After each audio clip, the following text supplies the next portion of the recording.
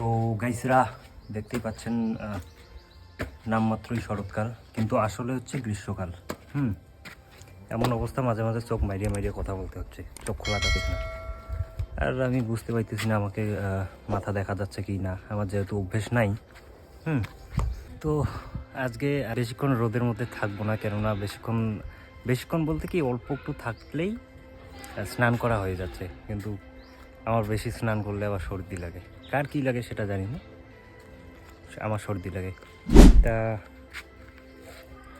আজকে আমি ক্যামেরার সামনে এইটুকুই দেখাচ্ছি আপনাদের আমাদের গ্রামের চারপাশের যে পরিবেশটা, সেই পরিবেশটা কীরকম লাগে, সিনেম্যাটিক যেটাকে বলে। যেহেতু আমার বেশি একটা অভিজ্ঞতা নাই, তাও যেটুকু পারি দেখাচ্ছি। ঠিক আছে, টাটা।